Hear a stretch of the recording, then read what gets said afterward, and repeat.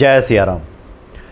आज हम आपको बाबा नीम करोली जी महाराज के पहले विदेशी भक्त कर्नल मैकन्ना का प्रसंग सुना रहे हैं। कर्नल मैकन्ना जो कि बाबा जी के आशीर्वाद से बाद में कर्नल से जनरल बन गया।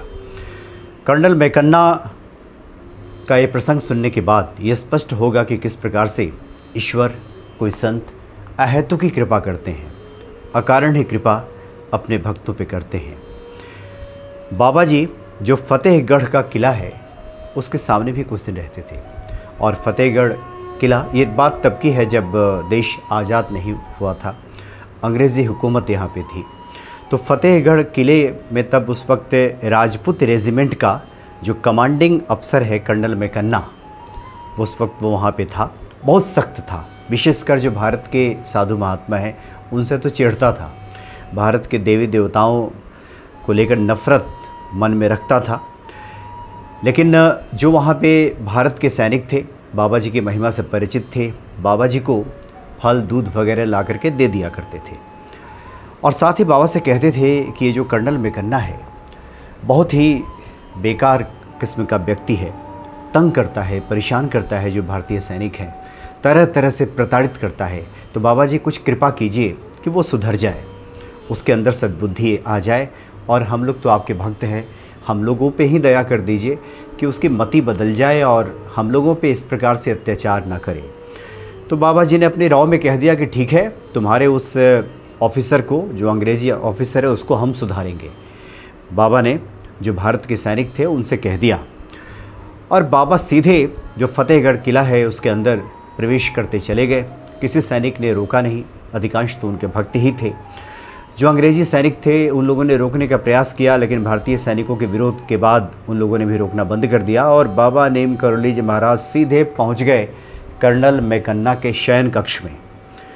और कर्नल मैकन्ना उस वक्त बाहर था और बाबा जी सीधे जाकर के मैकन्ना के पलंग पर लेट गए, जो उसका आराम कक्ष था जिस पे वो शयन करता था। बाबा जी जाकर उस पर लेट गए।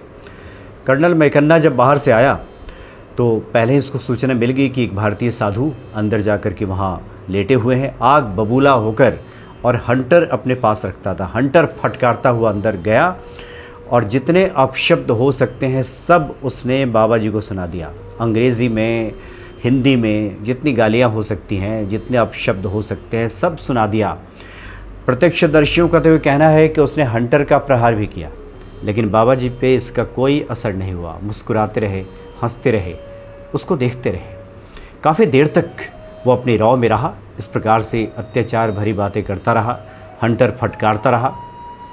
बाद में ऐसा क्या हुआ उसके मन में कि बाबा जी के मुखमंडल को देख करके, उनकी मुस्कुराती हुई छवि को देखकर उनकी आंखों में ऐसा सम्मोहन था कि उसे देखने के बाद जो कर्नल मैकन्ना है उसका हृदय परिवर्तित हो गया, वो शांत खड़ा रह गया। फिर बाबा ने करुणा दृष्टि उस पर डाली और कहा कि आओ मेरे पास आओ। अपने पास बुलाया और बिठा लिया। उसके बाद ऐसा हृदय उसका परिवर्तित हुआ कि वहाँ सैनिकों से उसने दूध मंगवाया, फल मंगवाया, बाबा जी की सेवा की और कहा कि बाबा आप मुझे अपना शिष्य बना लीजिए। बाबा के मुख से भी अचानक निकला कि जाओ तुम अब कर्नल से जनरल हो जाओगे। कर्नल मैकन्ना को इस बात का विश्वास नहीं हुआ, चूँकि बहुत लंबी एक फहरिस्त थी, बहुत लोग लाइन में थे जो कि जनरल बन सकते थे और उनके सीनियर थे कर्नल मैकन्ना के। विश्वास नहीं हुआ, लेकिन कुछ ही दिनों के बाद द्वितीय विश्व युद्ध की शुरुआत हुई और कर्नल मैकन्ना को जनरल बना करके भेजा गया जापान के खिलाफ लड़ने के लिए। जिस वक्त वो जा रहा था लड़ाई के लिए, उस वक्त भी उसने बाबा को बहुत ढूंढा। उसे पता था कि लखनऊ के आसपास में बाबा मिल जाएंगे, तो टुंडला में बाबा से उसकी भेंट हो गई। स्टेशन पे वो अपने टुकड़ी के साथ जब निकल रहा था, कुछ देर के लिए रुका, तो न जाने बाबा भी कहाँ से, जब कोई बाबा को पुकारता है तो बाबा पहुँच जाते हैं वहाँ पे। तो बाबा से उसकी भेंट हुई, बाबा से आशीर्वाद लिया और उसने ये भी कहा कि आपके आशीर्वाद से मैं अब जनरल बन गया हूँ।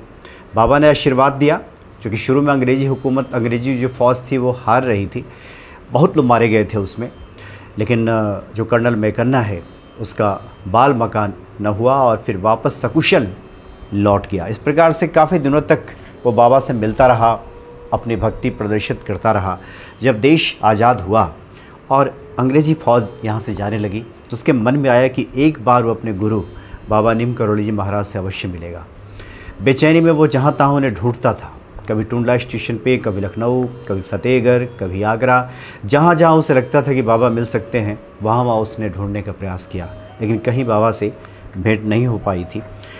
अब उसके लौटने में सिर्फ 3 दिन बचे थे और इसी बेचैनी में वो टुंडला स्टेशन पे घूम रहा था। तो उसके साथ के ही एक ऑफिसर थे जो colonel T D Joshi ji कहते हैं कि पूछा उन्होंने मैकन्ना से कि क्या परेशानी है, क्यों आप इतने बेचैनी में टहल रहे हैं। तो उसने कहा कि वो अपने गुरु बाबा नीम करोली जी महाराज से मिलना चाहता है। जोशी जी के भी गुरु थे बाबा नीम करोली जी। तो जोशी जी ने कहा कि बाबा को ऐसे तो ढूंढना बहुत मुश्किल है, न जाने कहाँ मिले। अब एक ही रास्ता है, अब यहीं आँख बंद करके हम लोग बैठते हैं और शायद बाबा यहीं दर्शन दे दें। तो वो जो अंग्रेज़ी अफसर था और जोशी जी दोनों वहीं बैठ गए टुंडला स्टेशन पे आँख बंद करके। कुछ देर के बाद जब आँख खोला तो देखा कि बेंच पर कोई व्यक्ति कंबल लेटे, अधलेटे से लेटा हुआ है कोई व्यक्ति, और सिर्फ जो सर का भाग है वही खुला है, बाकी सब शरीर ढका हुआ है। लगा इन्हें कि ये बाबा नीम करोली जी महाराज ही हो सकते हैं। ये दोनों उठ करके वहाँ पे गए बेंच के पास, देखा कि बाबा जी ही थे। कंबल सर से हटाया, मुस्कुराए और कहा कि अब अपने देश लौट रहे हो, जाओ, हमारा आशीर्वाद तुम्हारे साथ है, तुम वहाँ सकुशल रहोगे। बात यह भी आती है कि बाद में एक बार वो फिर भारत आया था और बाबा को इंग्लैंड भी लेकर के गया था। बाबा जी 2-3 दिन वहाँ ठहरे थे, लेकिन बाबा ने कहा कि नहीं, हम तो अपने ही देश में हमारा मन रमता है, और पुनः वो भारत लौट आए थे।